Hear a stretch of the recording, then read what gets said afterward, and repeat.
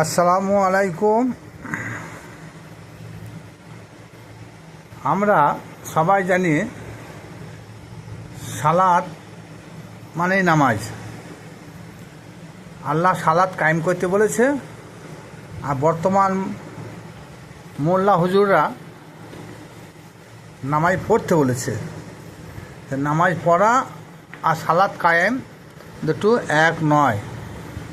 ওই সালাত শব্দ থেকে নামাজ শব্দ তারা নিয়ে এসেছে, কিন্তু সালাতের শাব্দিক অর্থ নামাজ কখনো নয়।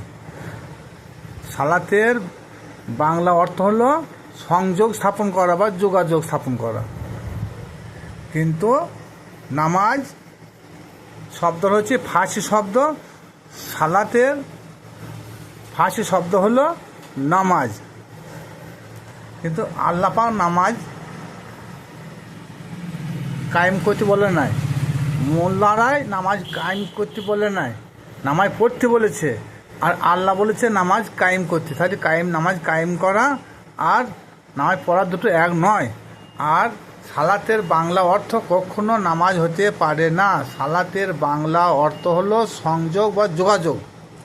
আসুন, যেমন আল্লাহ পাক রব্বুল আলামিন বলেন, ইয়া আইয়ুহাল্লাযীনা আমানু আকিমুস সালাতা ওয়া আতুজ যাকাত। হে ইমানদার বিশ্বাসীরা, তোমরা যাকাত দিয়ে তোমাদের প্রভু বা রবের বা আল্লাহর সঙ্গে সংযোগ যোগাযোগ স্থাপন করো। এর উদ্দেশ্যটা কি কেউ জেনেও জানে না, বোঝার চেষ্টাও করে না। গবেষণা থাকতে এই বিষয়টা নিয়ে গবেষণা না করলে সালাতে যে শাব্দিক অর্থ বলা সংযোগ বা যোগাযোগ, তার বোঝার ক্ষমতা কারোর হবে না। দেখুন, যখন নামাজের শুরুতে আমরা দাঁড়াই, তখন ওই মোল্লা হুজুরাই আমাদের শিক্ষা দিয়েছে একদিন, যে তুমি এমন ধারে সালাতে বা নামাজের দণ্ডায়মান হও, আল্লাহ তোমাকে দেখছে, নচেত তুমি আল্লাহকে দেখছো। তাহলে আল্লাহ বান্দা, বান্দা আল্লাহ, উভয় সঙ্গে সংযোগ বা যোগাযোগ রাখছে। পরিষ্কার হলো কথাটা? এটা শরীয়তের হাদিস। তাহলে নামাজে যখন আমি বা আপনি দণ্ডায়মান হব, তো আমি আল্লাহকে দেখব, নচেত আল্লাহ আমাকে দেখছে। তাহলে কী হলো, এখানে যোগাযোগ হয়ে গেল আমার সঙ্গে আল্লাহ, আর আল্লাহর সঙ্গে আমার। তার জন্যে সালাতের শাব্দিক অর্থ হলো বাংলা সংযোগ বা যোগাযোগ। এবারে আসুন, সমগ্র কোরআন শরীফের মধ্যে সালাত কথাটা 82 বার বলেছে, 82 বার নয়। কেউ যদি দেখাইতে পারে সালাত শব্দটা 82 বার, আমি তাকে গুরু বলে মেনে নেব। আমি তার সঙ্গে চ্যালেঞ্জ করবো না, তাকে আমি গুরু বলে মেনে নেব। আমাকে প্রমাণ দেখাইলে, এই কোরআনে কোন জায়গায় সাল্লি আছে, কোন জায়গায় সাল্লু আছে, সালাওয়াত আছে, সালাত আছে। তাহলে সবগুলা এক নয়, কিন্তু সবগুলাই টেনে কী করছে সালাত। আমরা সূরা আহজাবে কি বলি, 56 নম্বর আয়াতে, ইন্নাল্লাহা ওয়া মালাইকাতাহু ইউসাল্লু আলান নবী। নিশ্চয় আল্লাহ ফেরেশতা মণ্ডলী খালি কি নামাজ পড়ে, মানে এটা তাই তো হয়। এবং কি বলে নিচে, ইয়া আইয়ুহাল্লাযীনা আমানু সাল্লু আলাইহি ওয়া সাল্লিমু তাসলিমা। আর তোমাদের মধ্যে যারা ইমানদার বিশ্বাসী রয়েছে, তারাও সেই নবীর প্রতি সাল্লু করো, তাসলিমের সঙ্গে, আদবের সঙ্গে। তাহলে এখানে সাল্লু, এই সাল্লু, সালাওয়াতুন, সালাত, এই টোটাল সর্বমোট ধরে 82 বার আল্লাহ পাক রব্বুল আলামিন আদেশ করেছেন। এবার আসুন, যেটা মূল ভূমিকায় যাচ্ছি, সূরা বাকারা 157 নম্বর আয়াত, উলাইকা আলাইহিম সালাওয়াতুম মির রাব্বিহিম ওয়া রহমাতুন ওয়া উলাইকা হুমুল মুহতাদুন। এর অর্থ, তাদের উপর রয়েছে তাদের রবের বা প্রতিপালকের পক্ষ থেকে সালাত ও রহমত। তাহলে সালাত যদি নামাজ হলো, তাহলে আল্লাহ নামাজ পড়ে? এখানে দেখুন উলাইকা আলাইহিম সালাওয়াত,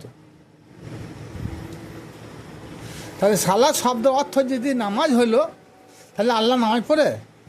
আল্লাহ তাহলে কার উপরে নামাজ পড়বে? আল্লাহর উপর তাহলে আরেকজন আল্লাহ থাকা দরকার আছে।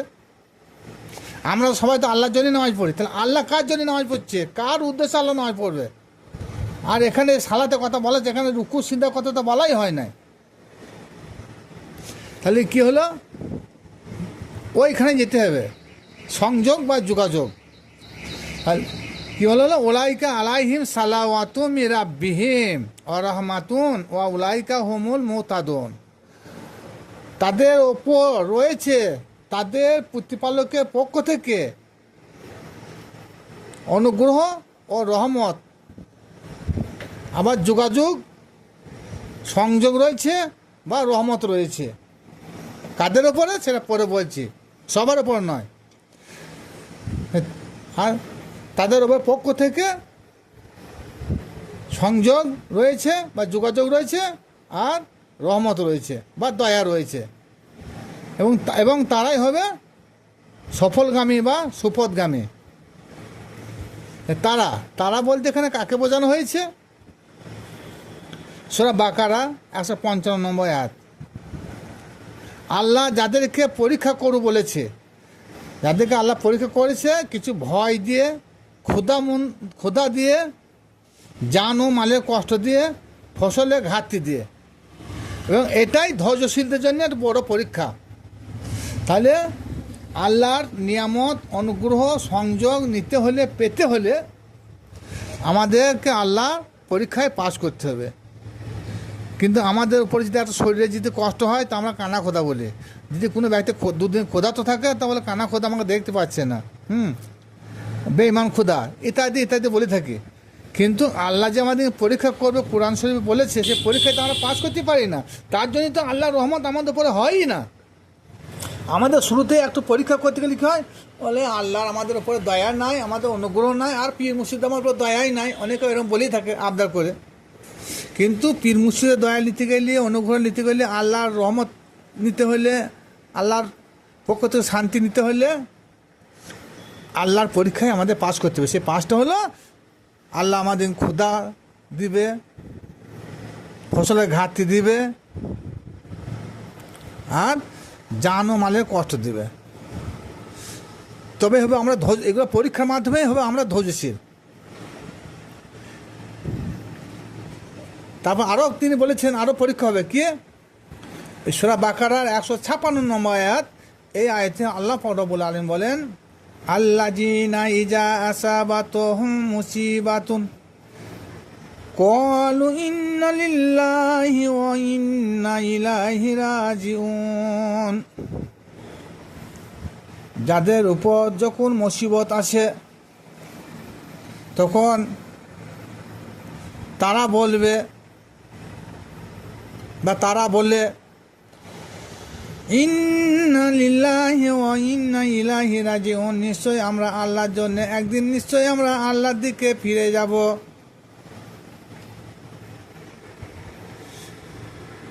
তাহলে এক আল্লাহর পক্ষ থেকে আমাদের উপরে মুসিবত, বালা মুসিবত, সেটাকেও আমরা মেনে নেব বা ধৈর্য ধারণ করব। আর বিভিন্ন ধরনের অসুখ দিয়ে আল্লাহ আমাদের পরীক্ষা করবে। এই দুই পরীক্ষায় পাস না করতে পারলে আল্লাহর রহমত, বরকত, অনুগ্রহ, কৃপা আমাদের উপরে হতে পারে না। খুব সংক্ষিপ্ত এই 2 থেকে 3টে আয়াতের মানে বললাম। আর এখান থেকে প্রমাণ হলো যে সালাত শব্দের অর্থ কখনো নামাজ নয়। তাই তো হয়, তাহলে আল্লাহ পাক রব্বুল আলামিন কি নামাজ পড়ে?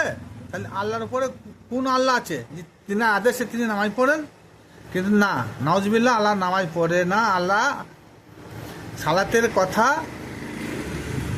নামাজ উল্লেখ করে না। এটা হচ্ছে ফার্সি ভাষার, কিন্তু সালাতের যে গুরুত্ব, সে গুরুত্বটা প্রকাশ না পাওয়ার জন্যে এরা একটা ফার্সি শব্দ সালাতের বাংলা অর্থ করে দিল। কিন্তু সালাতের বাংলা অর্থ নামাজ নয়, সংযোগ বা যোগাযোগ। তাহলে আল্লাহ পাক রব্বুল আলামিন তার বান্দার সঙ্গে, তার হাবিবের সঙ্গে সর্বদা সংযোগ রাখে। আর আল্লাহ যদি তার বান্দার সঙ্গে সংযোগ না রাখে, তাহলে বান্দা ধূলিসাৎ হয়ে যাবে, সে সঙ্গে সঙ্গে সে মুসিবতে পড়ে যাবে। আর কিছু কিছু ক্ষেত্রে তার সেই রহমত, অনুগ্রহ, সংযোগ পেতে হলে কিন্তু আল্লাহ তাকে একটু সাময়িক পরীক্ষা করে। সেই পরীক্ষায় যদি আমরা যদি ধৈর্য না করতে পারি, তাহলে আল্লাহর রহমত থেকে আমরা বঞ্চিত হয়ে যাব। আসসালামু আলাইকুম। শুনে ভিডিওটি যদি ভালো লাগে বেশি করে শেয়ার ও লাইক করবেন। খুদা হাফেজ।